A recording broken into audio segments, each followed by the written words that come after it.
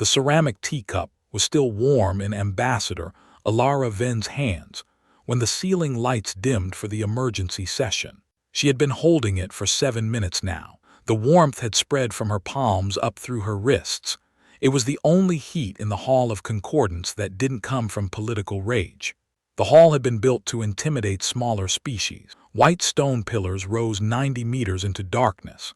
The ceiling was lost somewhere above the highest balcony. Human delegates stood on a lowered speaking platform 6 steps beneath the central ring where the major powers sat.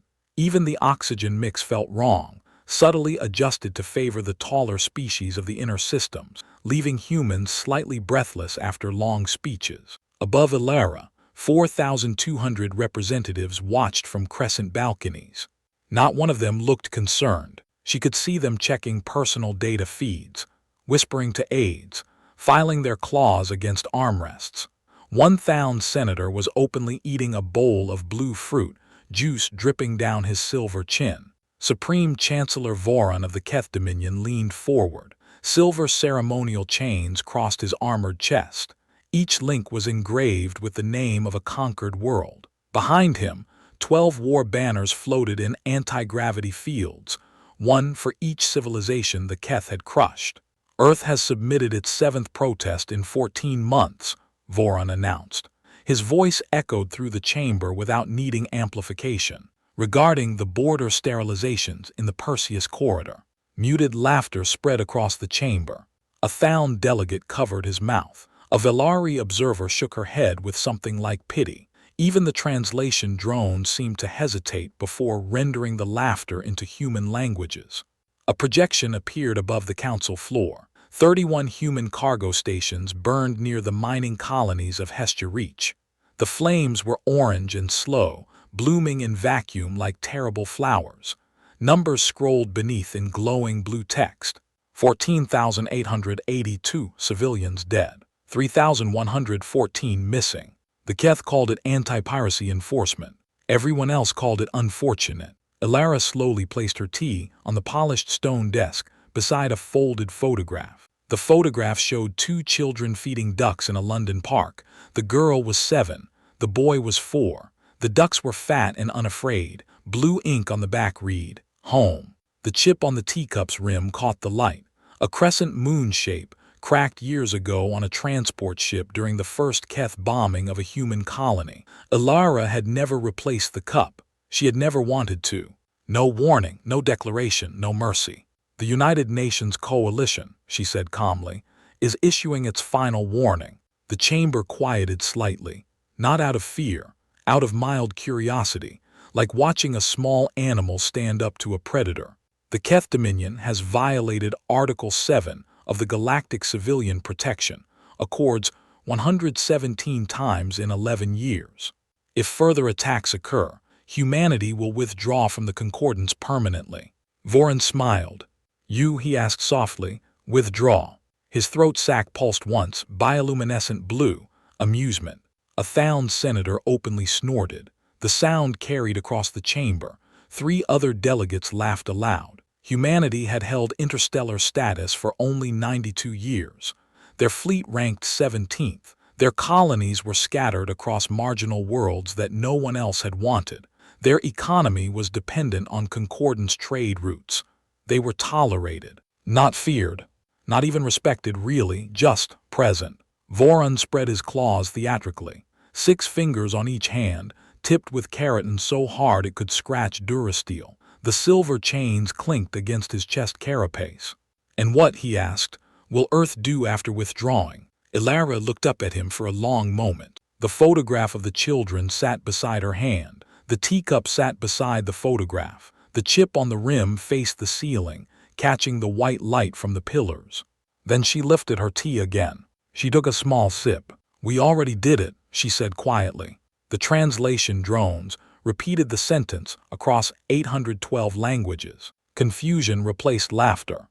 Ilara gathered her papers. She folded the photograph and slipped it into her jacket pocket. She nodded politely to the assembly. She walked out of the chamber without another word. Her footsteps echoed on the polished stone. 4,200 representatives watched her go. 3 minutes later, The Galactic Concordance Network began collapsing. You'd want to know what happened next. Because the galaxy had no idea what hit it, and the people who did it weren't generals or soldiers. They were engineers, archivists, logisticians, people who carried photographs in their pockets and teacups with chips in them. And they had been working for 37 years. Deep beneath the Arctic ice shelf of Svalbard Station 4, 7 people sat around a scarred oak table. The table had been taken from an English naval ship built in 1943, HMS Warspite, to be precise.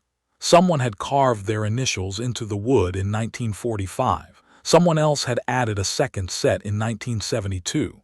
By 2026, the table had more history than most nations. Now it sat under 200 meters of ice, surrounded by humming server stacks and emergency oxygen scrubbers. Someone had burned the coffee again. Admiral David Okonkwo stood at the head of the room. He was 61 years old. He had been planning this operation for 23 of those years. His father had been a diplomat. His grandfather had fought in a war on Earth that no one in the galaxy remembered or cared about. "The Council has received the trigger phrase," he said. No cheering followed, no applause, no raised fists, no triumphant music playing in anyone's head. Dr. May Sato simply marked a timestamp in her notebook. The notebook was paper. She had insisted on paper. Electronic records could be hacked. Paper just sat there, silent and permanent. 21:14 GST. Operation Long Patience initiated. Captain Sofia Alvarez spoke first from her seat at the oak table. She was 48. She had commanded logistics for this operation for 14 years. Her hands were calloused from loading cargo crates on 11 different planets. "Logistics are green across all 57 sectors," she said. "Parallel shipping routes are online. We've got redundancy on the redundancy." Colonel Idris Kane nodded from the corner. He was 52. He had handled black route evacuations, the secret ones, the ones no one was supposed to know about. His face was scarred from an accident on a transport ship 20 years ago. He never talked about it. 12 outer colonies evacuated last month, he said. 3,700 civilians moved to safe locations. They don't know we're there. They think they just got lucky. Intelligence Director Hanna Volkov pushed a data slate across the table. She was 59. She had infiltrated Concordance financial archives for 19 years. She had 4 false identities and a daughter she hadn't seen in 8 years. 82% of Concordance trade routing will freeze within the hour, she said. They won't understand why. They'll blame a software glitch. Then they'll blame each other. By the time they figure out it was us, there won't be anything left to reconnect. Communications Chief Aaron Patel adjusted his headset. He was 44. He had built dormant relay networks disguised as weather satellites. 11 years of work. 16,000 relay nodes spread across 4 spiral arms. Emergency channels are already overloaded, he said. 17 member species can't access supply registries. The Vesh have lost all food synthesis patents. The Marathi can't authenticate their medical distributors. It's spreading faster than we predicted. Diplomat Lion Joe had negotiated secret treaties with neglected outer colonies. She was 55. She had spent more time on alien worlds than on Earth. Her accent had shifted over the years, picking up traces of Ithari cadence and Marathi rhythm. 41 civilizations have received infrastructure packages, she said. They don't know Earth is the source. The packages were routed through 17 different cutouts. But when the systems fail, they'll remember who reached out first. They'll remember the gift that came with no return address. They built, they hid, they waited. Dr. May Sato placed her notebook down. Her handwriting was small and precise. Every entry time-stamped, every calculation double-checked. She had developed the most dangerous tool of all, independent transit mathematics. Humanity no longer needed concordance gates. The gates were bottlenecks. They were choke points. They were the places where empires controlled who could go where and when. Sato had cracked the math that made gates obsolete. Shipments could now travel through unmarked routes, routes that existed outside concordance jurisdiction, routes that no one else in the galaxy had even thought to map. On the oak table sat 6 plain ceramic plates. Each plate held untouched bread rolls and sliced oranges. No one was eating. The bread was getting stale. The oranges were drying out at the edges. The hum of servers beneath the ice filled the silence. Admiral Okonkwo looked toward the frost-covered window beyond the bunker. The ice was ancient. It had been there for thousands of years. It would be there for thousands more. No retaliation, he ordered. No threats, no demands. Open humanitarian corridors immediately. Sophia looked up sharply. Her calloused hands stopped moving. To the Keth, too. Okonkwo met her eyes. His were tired. He hadn't slept well in years. Yes, especially the Keth. The room fell silent. Even the servers seemed to quiet down. Sophia's jaw tightened. They killed 14,000 of us. They killed 14 million of them, and were sending them aid. Okonkwo didn't flinch. They're going to panic, he said. Panic makes people stupid. Stupid people do things that can't be undone. We're not giving them aid. We're giving them a reason to pause, long enough to realize what's happening. Dr. Sato asked the question everyone feared. And when they realize what we built? Okonkwo looked back at the frost-covered window. They'll understand, he said quietly, why the warning came last. 3,000 light-years away, Elder Torelli of the Ithari Fold sat alone in a cold archive room. The room was located in the lower levels of the Ithari embassy on Tau Station. It had no windows. The temperature was kept at 12 degrees Celsius to preserve old data crystals. Torelli didn't mind the cold. She was 213 years old. Her body had stopped caring about comfort decades ago. She was nearly blind in one eye. The other eye worked well enough, though she needed magnifiers to read small text. She wore a patch over the bad eye, a strip of dark cloth that had once been part of her mother's ceremonial robe. Known throughout the concordance for reading documents, nobody else bothered to study. For 9 years, she had quietly collected records about Earth. Not military records.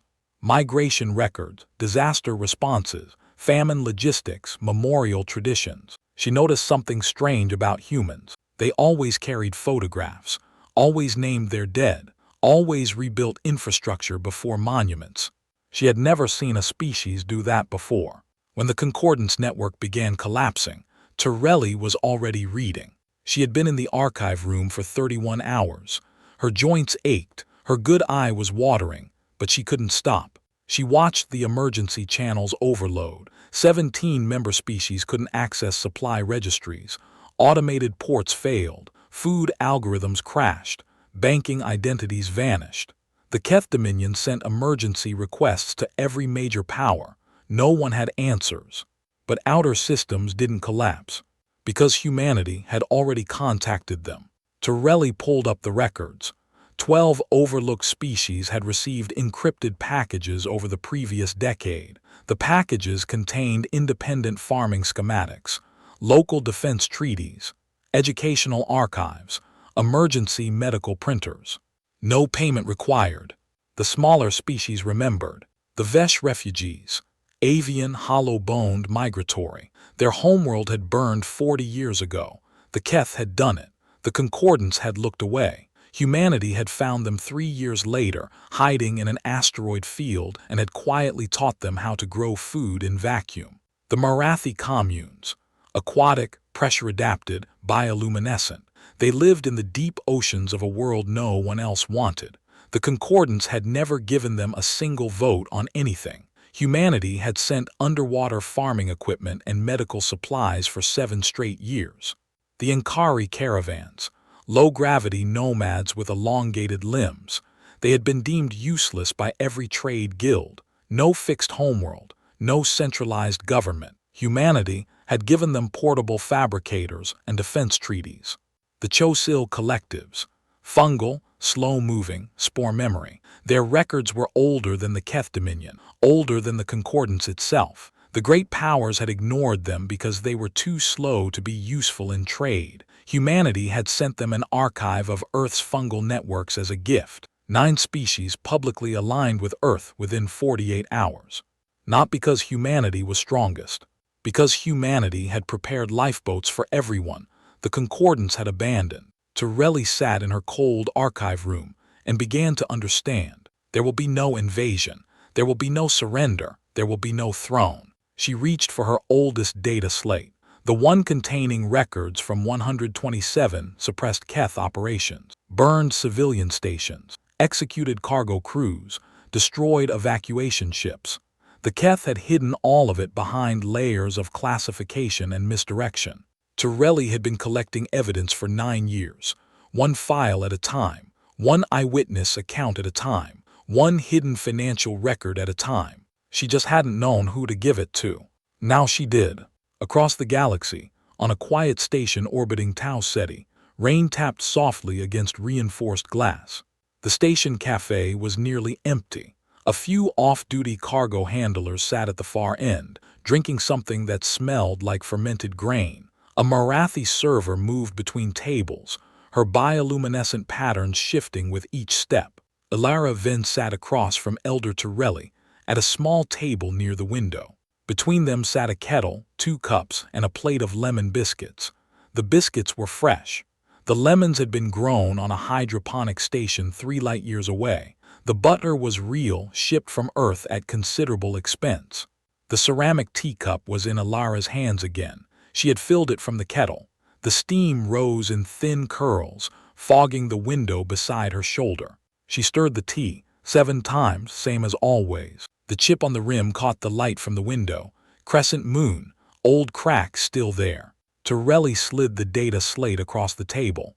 Her ancient fingers trembled slightly, not from fear, from exhaustion. You could destroy the Dominion with this, she said. Ilara didn't look at the slate. No, she said softly. The Dominion will destroy itself with this. Torelli studied her carefully. The good eye narrowed. Then why issue the warning at all? Ilara looked out at the rain. Droplets ran down the glass in uneven streams. Outside, a cargo ship was docking at the station's main port. Its running lights blinked red and green in the gray twilight. Because history matters, she answered. Someone should remember we asked them to stop. Torelli picked up a lemon biscuit, broke it in half. The crumbs scattered across the polished wood. One piece landed on the data slate, covering a file number. You knew this would happen, Torelli said. You've known for decades. Ilara sipped her tea. We hoped we were wrong. And now, the rain continued. The cargo ship's docking clamps engaged with a low thud that vibrated through the floor. Now the galaxy finds out who was paying attention. Torelli ate half the biscuit, chewed slowly, swallowed. I've been collecting evidence for 9 years, she said. I never understood why. I just kept finding things that didn't add up. Operations that weren't supposed to exist. Deaths that weren't supposed to have witnesses. She tapped the data slate. Everything is here. Every order, every signature, every shipment of weapons to worlds that had no armies. The Keth didn't just kill civilians. They falsified records. They paid off auditors. They threatened witnesses. Ilara nodded. We know. Then why didn't you release this years ago? Ilara set her teacup down. The crescent moon chip faced the window. Because releasing evidence isn't the same as winning, she said. If we had dropped this 10 years ago, the Concordance would have investigated for 5 years, issued sanctions for 2 more, and then forgotten about it. The Keth would have paid fines. They would have fired a few mid-level officers. They would have kept killing. Torelli's good eye widened. So you waited. We built, Ilara said. We built infrastructure that didn't need the Concordance. We built alliances with species no one else cared about. We built exit routes for everyone who wanted to leave the system. And then we built the evidence into a cage. A cage. The evidence isn't a weapon, Ilara said. It's a door. Every species in the Concordance can walk through it. They can see what the Keth did. They can see who looked away. And now that the infrastructure is gone, they have nothing to lose by telling the truth. Torelli sat back in her chair. You're not trying to punish the Dominion. No, you're trying to make them irrelevant. Ilara picked up her teacup again. We already did.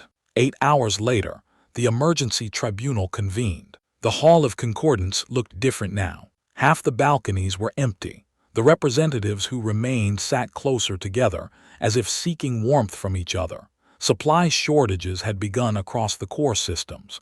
Food prices had tripled in 2 days. Medical distribution had collapsed in 17 sectors. 43. Member governments demanded answers. 17. Accused the Keth Dominion directly. Voron entered furious. His throat sac pulsed with bioluminescent rage, a deep, angry blue that flickered with every heartbeat. His claws were extended. His ceremonial chains rattled against his chest. You sabotaged the concordance. Elara stood calmly on the lower platform again, hands folded behind her back. The teacup sat on the desk beside her, still warm. The photograph was in her pocket. No, she replied. We disconnected from it. The chamber erupted. Delegates shouted over each other. Translation drones struggled to keep up. A Velari observer threw her data slate against the wall. 3 Keth guards moved toward the human platform. Voron slammed both fists onto the stone railing. His claws left deep scratches in the polished surface. You will reconnect the systems immediately. Elara didn't move. The translation drones waited. She reached down and activated the central holodisplay. No laughter, no whispers, no sound at all. Every ceiling projection filled with archived footage. Burned civilian stations. The camera had been on a rescue ship. You could see bodies floating in the wreckage. Small ones, too small. Executed cargo crews. A line of human civilians kneeling on a loading dock. Keth soldiers standing behind them. The timestamp read 7 years ago. Destroyed evacuation ships. A passenger vessel with its hull torn open. Children's toys floating out through the breach. 127 operations. 11 years. 14 million deaths. Across smaller species, nobody had tracked carefully enough to count. Human analysts had documented every incident, every shipment, every officer signature, every order. The evidence filled 3,000 data slates. The slates were stacked in a corner of the chamber, brought in by human aides during the night. The chamber became deathly silent. Even the translation drone stopped working. There was nothing left to translate. Then came the final revelation. Humanity had already transferred complete infrastructure independence packages to 41 vulnerable civilizations. The concordance no longer controlled the galaxy's trade arteries. It no longer controlled transportation mathematics, or food synthesis, or medical distribution, or communications routing. For 37 years, humanity had systematically removed the monopoly that made the core worlds untouchable. Not through conquest, through redundancy, through patience, through the quiet, stubborn refusal to accept a system that fed on the weak. Voron stared at the projections. His claws stopped moving. His throat sac dimmed to a pale, sickly gray. You planned this for decades. Elara's voice remained almost gentle. No, she said. We prepared for you to ignore us. The phrase spread instantly across every active network. The translation drones finally caught up. 812 languages. 812 versions of the same quiet truth. Voron's voice dropped to a whisper. You should have told us. Elara met his eyes. We did, she answered quietly. Too late. The chamber did not move. For a long moment, no one spoke. No one breathed. The translation drones had gone silent, as if even they needed time to understand what had just happened. 14 million dead. 41 civilizations given independence. 37 years of preparation. And a quiet human woman with a cracked teacup who had just told the most powerful empire in the galaxy that the warning had come too late. Voron's claws scraped against the stone railing. The sound was high and sharp, like nails on glass. His throat sac flickered once, twice, then went dark. You can't do this, he whispered. Elara didn't answer. She stood with her hands folded behind her back. The photograph was in her pocket. The teacup was on the desk behind her. The concordance will, Voron stopped, swallowed. His ceremonial chains clinked against his chest. Elara's voice was calm, almost gentle. The concordance doesn't exist anymore, she said. Not the way it did. You built a system that fed on smaller species. We built exits. Now everyone gets to choose whether to stay or leave. A Keth guard shifted his weight. His weapon lowered slightly. He looked at Voron, then at Elara, then back at Voron. His throat sac was pulsing fast, nervous, uncertain. The Thaun senator who had snorted earlier was no longer eating his fruit. His silver skin had gone pale. He was staring at the projections of burned civilian stations. His 4 lungs were working hard, chest rising and falling. A Velari observer was crying, quietly, without sound. Tears ran down her face and dripped onto her data slate. One of the translation drones beeped softly, then whispered in a language no one had requested. 14 million. Voron's claws retracted, slowly, one by one. He looked at the empty balconies, then at the projections still cycling through archived footage, then at Alara. "What happens now?" he asked. Alara picked up her teacup. The warmth was fading. The chip on the rim still caught the light. "Now," she said, "the smaller species decide what happens. Not you, not the concordance. The ones you forgot existed." She turned and walked toward the exit. Her footsteps echoed on the polished stone. Voron did not stop her. No one did. 72 hours later, the Hall of Concordance was empty. Not abandoned, just waiting. The white stone pillars still stood. The crescent balcony still overlooked the central floor. The lowered human platform still sat 6 steps beneath where the major powers had once sat. But the war banners were gone. Voron had ordered them removed. Then he had ordered them reinstated. Then he had stopped giving orders altogether. His throat sac had not glowed in 2 days. He had not left his quarters in one. The Keth Dominion was not defeated. It was irrelevant. Trade continued without concordance gates. Medical supplies moved through human-built routes. Food synthesis patents had been redistributed to 41 civilizations that had never had them before. The smaller species remembered who had helped them. The Vesh sent a delegation to Earth. They brought seeds from their destroyed homeworld, saved in a cold storage vault for 40 years. The seeds were still viable. The Vesh had been waiting for someone to help them plant again. The Marathi offered underwater territory for human research stations. They had never offered anything to anyone before. Their bioluminescent patterns spelled out a message in their own language. It meant trust. The Enkari named a trading route after Alara Ven. The name was 17 syllables long and meant the one who brought rope to the drowning. They carved it into stone and placed it at the start of the route. The Chosil added a new spore to their collective memory. It contained the complete records of everything humanity had done, every shipment, every treaty, every name. The Chosil said they would keep these records for 10,000 years. They had never said that about any species before. 8 months later, the Hall of Concordance reopened, but it was no longer the center of galactic governance. It had become a memorial archive. The elevated seating platforms were removed first. Workers in gray coveralls spent 3 weeks cutting through the ancient stone. The platforms had been there for 400 years. They came down in pieces. Then the lower delegate pit was filled in. The 6 steps that had separated humans from the major powers were gone.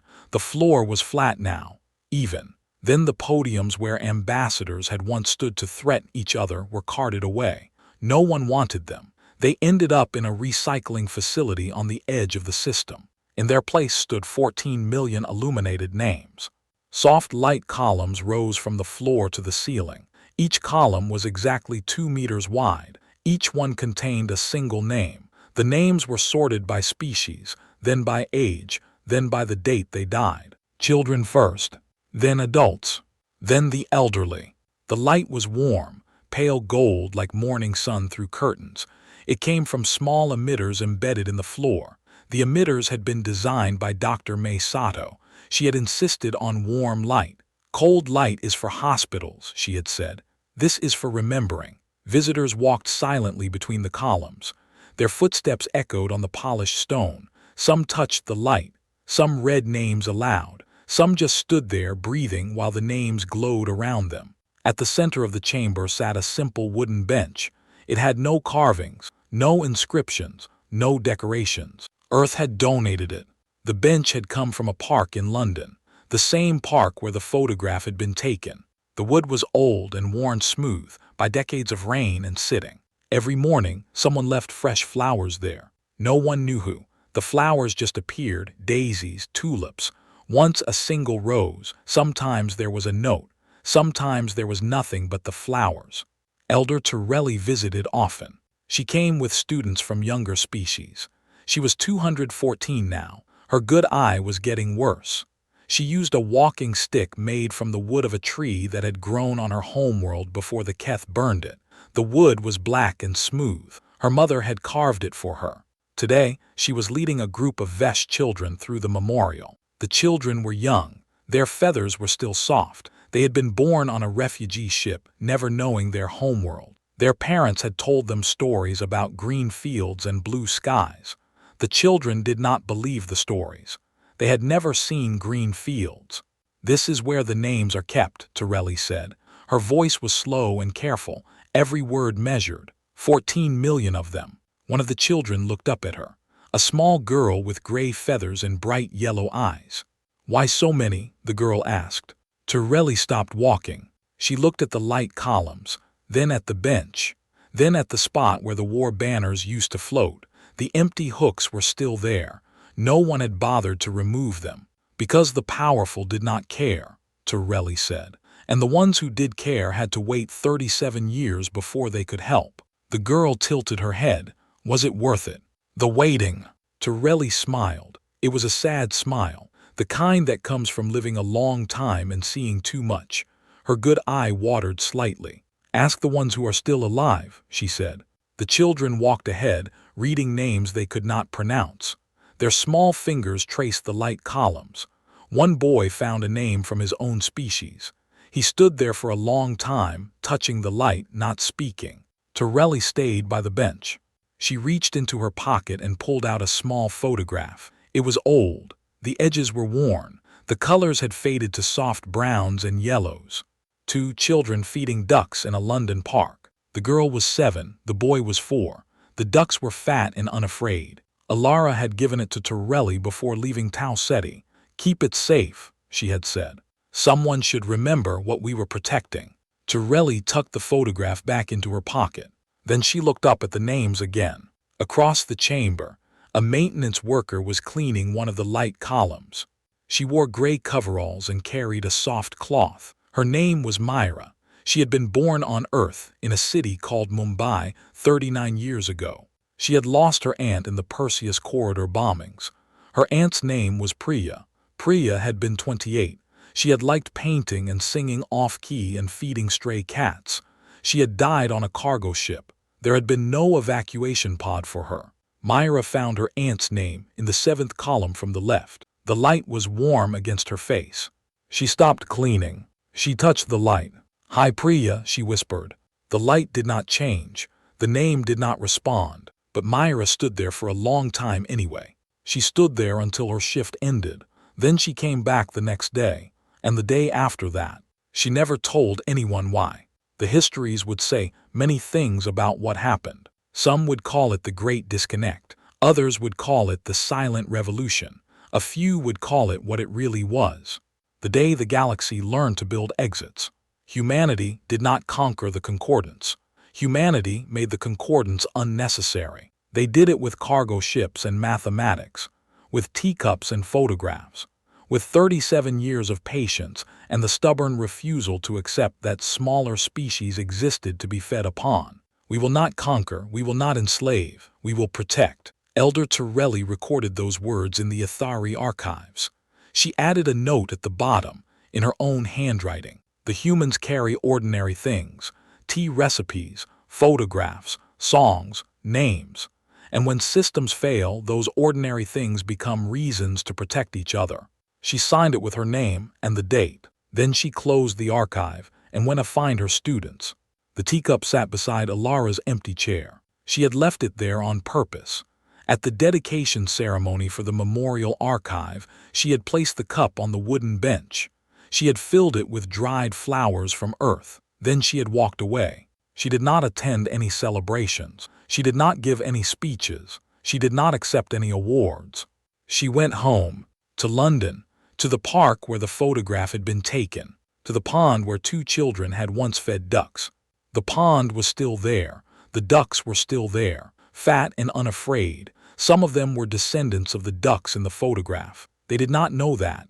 They just swam and ate and waited for someone to feed them. Alara sat on a bench and watched them. She did not have her teacup. She had left it behind, in a hall full of light and names, where someone had filled it with flowers. The chip on the rim caught the light like a half-finished sentence. But the sentence was finished now. They only built exits beside it.